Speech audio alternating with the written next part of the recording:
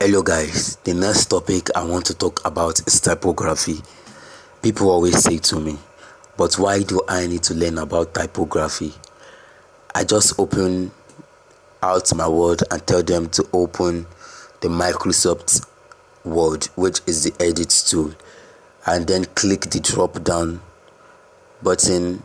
Then they should find the Times New Roman font, which is my favorite font, and then just put that on everything is done, right? Let's put for instance it's Christmas Day and you decide that you want to write a letter to your beloved, and you change the font to something cursive like Merry Christmas. I don't know if she or he will be, but you have a good chance. Now let's say that you choose the wrong font. That's a bit of a problem. Not only do I think your beloved is going to take every kindly to this, so fonts really do matter. It's important to consider not only their mode, but also how to combine different fonts. There's pretty much two large fonts that you should really know about. One is the serif family, where you have these little feet at the end of their central beams. I know you would have been wondering, why did they have these feet? And the reason why they have these old feet is because the serif typeface were inspired by the marble carvings of the days of yore. So if you next go out and you take a look at the buildings around you, especially if you are in an historical area, take a look at the place where you have carvings into stones or marble, and you will notice that they also have these little feet at the end of the central beams. I know you'll be wondering, why do I say so? I don't know, maybe you carved a rock in your spare time, but if you did, let's use a marble as an instance. You will know that once your chisel or nail or whatsoever you are used to carve it goes into the rock and you need to stop your carving, it's actually not possible to create a 90-degree angles when you are carving into a rock. So this is where the serif typeface gets their inspiration from.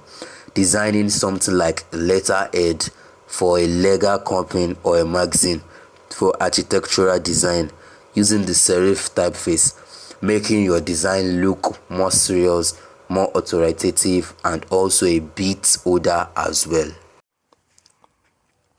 But when we take a look at the big family of serif typeface, they are actually further subdivided into smaller subfamilies like old style, transitional, modern, and slab serif. The interesting thing you will notice is that you can actually tell how old a typeface would look by looking at the difference between the thickest and the tiniest part of each letter. So compare the old style O versus the transitional O versus the modern O, and look at how that difference between the thickest part of the letter and the thickest part gets more and more exaggerated as you get towards a more modern font. So if you want something that looks authoritative but modern, then maybe you want to go for a modern serif typeface like D dots. And if you want it to come across as a little bit older and a little bit more aged, maybe you have a winery, maybe you want to go for an old style serif instead. Just as different colors have different moods and emotions, different fonts also have different moods, and they also convey a different message to a user depending on which one you choose. So the serif family generally come across as traditional, stable, respectable, and authoritative. These are the words that get thrown around designers when they are thinking about the serif typeface.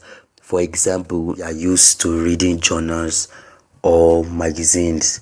You would have come across this Vogue magazine. Take a look at their title and see how it's a modern serif typeface. It's got hugely difference between the thick and the 10th part of the lettering. It looks authoritative and it knows what it's talking about.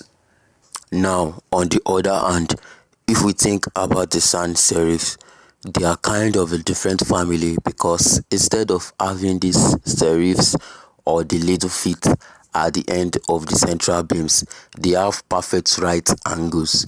The right angles makes the sans serif family look so much more friendly, more approachable, more novel and more contemporary. And this is why a lot of startups love using the sans serif typeface in their websites because they are sensible, simple and straightforward. For example, a harmonious typeface, which is a subfamily of the sans serif, it's something that is known as a highly readable typeface, and in fact, even within the serifs and the sans serif, you will tend to see designers go for the sans serifs if they want to write body text which needs to be more legible and more readable. There's even differences in terms of legibility and readability, but what I'm trying to say here is how easy are the words to read and how pleasant is it to read the letters. Come to think of interesting study done by MIT a few years back where they took two groups of users. One, they put them in a car which had a dashboard made of a humanist typeface, and the other car had a dashboard which had a grotesque sans serif typeface. And what they did is they tracked the pupils of the people who were driving the cars, and they tested how long each driver needed to look down at the dashboard before they got enough information from the speedometer or the odometer, and before they could come back and look at the road again. And really surprisingly, they found that just by changing the font from a grotesque sans serif to a humanist sans serif, they could save the drivers somewhere around 30 to 40% of the time that is required to understand the information. So imagine that car is on a freeway that's driving at 80 miles, 200 miles an hour. That difference in the amount of time the user needs to look down at the dashboard could be the difference between life and death.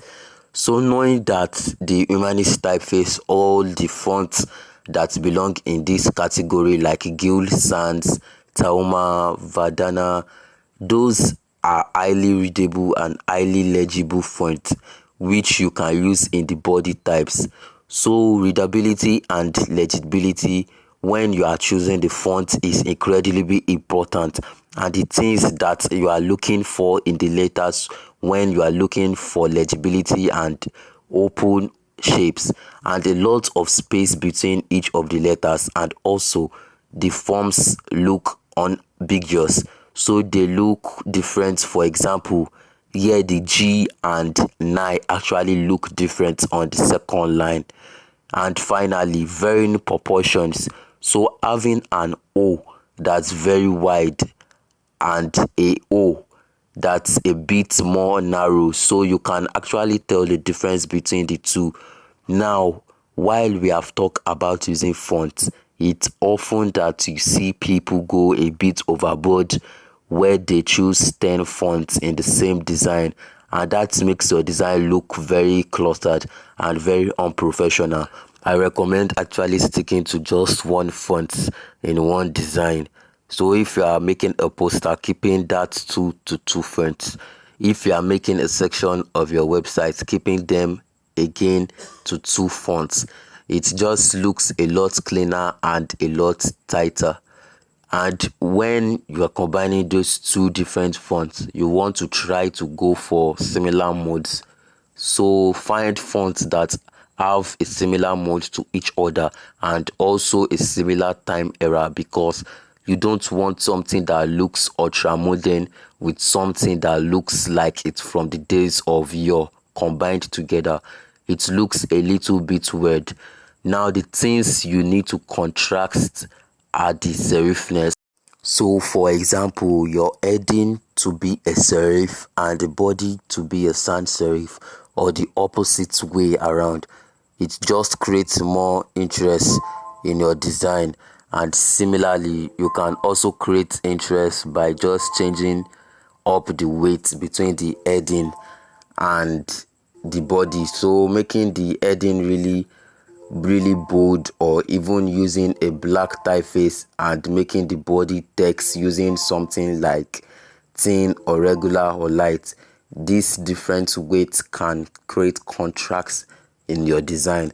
Now, if you don't remember anything from this talk on typeface, I just want you to look at these 6 fonts and try to wipe them away from your memory, because it's very difficult to make this design look good, unless, I guess, if you are running a lemonade stand. But if you want to look professional, if you want to look designs, try to use of the other fonts that we have talked about, and try to ignore these ones which are difficult to read and have modes that are difficult to fit in a friendly settings. The next time you are designing a website, think about the typefaces you are going to choose to convey the message. Then pick a font from the sans serif or the serif family and maybe try to combine them together